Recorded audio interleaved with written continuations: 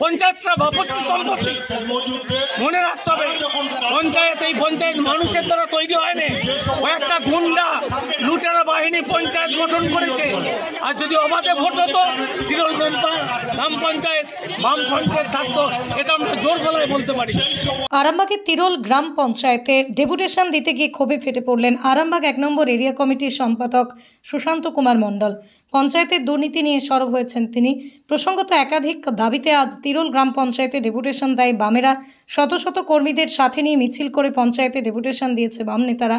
100 দিনের কাজ চালু করা, দুর্নীতির বিরুদ্ধে ব্যবস্থা নেওয়া, যোগ্য ব্যক্তিদের আবাস যোজনার বাড়ি প্রদান করা, পঞ্চায়েত এলাকার সমস্ত রাস্তা চলাচলের যোগ্য করে তোলা, প্রতিটা বিদ্যালয় অঙ্গনওয়াড়ি কেন্দ্রে পরিশ্রুত পানীয় জলের ব্যবস্থা করা সহ একাধিক দাবিতে পঞ্চায়েতে ডেপুটেশন দেওয়া হয়।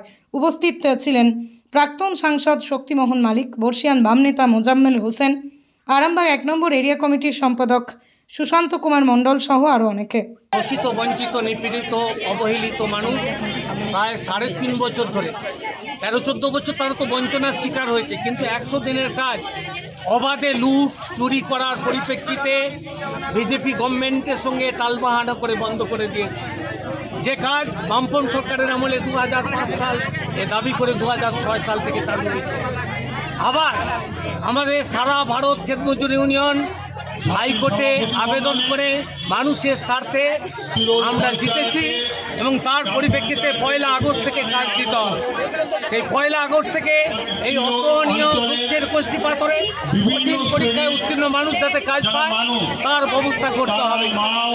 এছাড়াও আবাস যোজনায় যারা বাড়ি পায়নি, 3তলা বাড়ি আছে, তারা টাকা পেয়েছে বাড়ি, আর গরিব মানুষ তাল পাতা ছাউনি, তারা বাড়ি পায়নি। আমরা বলছি তাদের প্রত্যেকের অবিলম্বে আবাস যোজনার তালিকায় আনতে হবে। এছাড়াও তিরোল অঞ্চল আপনারা যদি দেখেন, প্রতিটি গ্রামের রাস্তা এবং আমাদের নিকাশি নালার ভয়ঙ্কর অবস্থা। নৈশালের কাছে প্রায় কয়েক হাজার বিঘে মিলের ট্রেনের জলে নষ্ট হচ্ছে, কৃষক ক্ষতিগ্রস্ত হচ্ছে। এছাড়া একটা বাড়ি করতে গেলে আবাস যোজনা বাড়ি 15,000 20,000 টাকা দাবি করে নেওয়া হচ্ছে। তিরোল অঞ্চলে কোটি কোটি টাকা সম্পদ ছিল, সে গাছ অবাধে কাটা হচ্ছে, তার কোনো হিসাব নেই। তারই বিরুদ্ধে আজকে আমাদের প্রতিবাদ সভা, বিক্ষোভ সভা। আমাদের দাবি আদায় না করা পর্যন্ত আমরা এখান থেকে যাচ্ছি না। ক্ষেত মজুর মানুষ তারা লাইন দিয়ে আছেন, তাদের ফর্ম দেবেন, তাদের ফর্ম অবশ্যই তাদের জমা নিতে হবে। এই দাবি আমাদের আছে। দাবি মানতে হবে। আমাদের দাবি আছে 9 দফা দাবি ছাড়াও বিশেষ দাবির মধ্যে আরো 14 দফা, অন্যান্য দাবির মধ্যে 3 দফা, 14-23 থেকে 26 দফা আমাদের দাবি আছে।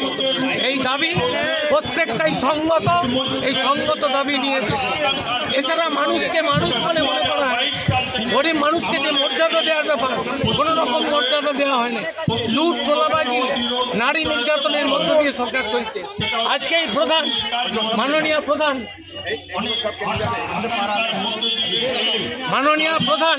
জানতে পারলাম এখানে আমাদের মা বোনেরা এসেছিলেন প্রায় 50 জন, তাদেরকে দূর করে দিয়েছে অফিস থেকে।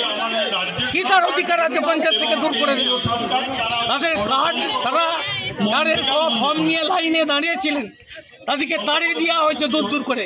আমরা জানতে চাইব এই মাননীয় প্রধানের কাছে, কেন তাদের তাড়িয়ে দিয়েছেন? কি তার অধিকার আছে? পঞ্চায়েতরা বাপত্তি সম্পত্তি। মনে রাখতে হবে, এই পঞ্চায়েত মানুষের দ্বারা তৈরি হয়নি, কয়েকটা গুন্ডা লুটেরা বাহিনী পঞ্চায়েত গঠন করেছে। আর যদি অবাধে ভোট হতো, তিরোল গ্রাম পঞ্চায়েত বাম পঞ্চায়েত থাকতো, এটা আমরা জোর গলায় বলতে পারি। কম খরচে মোটর বাইক কিনতে চান? স্বপ্নের বাইকের খোঁজ করছেন আপনি? তাহলে আর দেরি কেন, আজই আসুন এনসি পাল অটো প্যালেসে। হিরো, হোন্ডা এবং টিভিএস কোম্পানির যাবতীয় মোটর বাইক পেয়ে যাবেন এখানে। গাড়ি ক্রয় করলে helmet, seat cover, leg guard, grip cover পেয়ে যাবেন সম্পূর্ণ বিনামূল্যে। এছাড়াও 500 টাকার পেট্রোলের ভাউচারও দেওয়া হয়। গাড়ি বিক্রয় ও সার্ভিসিংও করা হয় আমাদের এখানে। জল সার্ভিস মাত্র 30 টাকা, ফুল সার্ভিস মাত্র 220 টাকা। সমস্ত পার্টস পেয়ে যাবেন এনসি পাল অটো প্যালেসে। ঠিকানা দিগড়া, নতুন বাজার, গোঘাট, হুগলি। যোগাযোগ নাম্বার 8900011146 অথবা যোগাযোগ করুন 9434899306 এই নাম্বারে।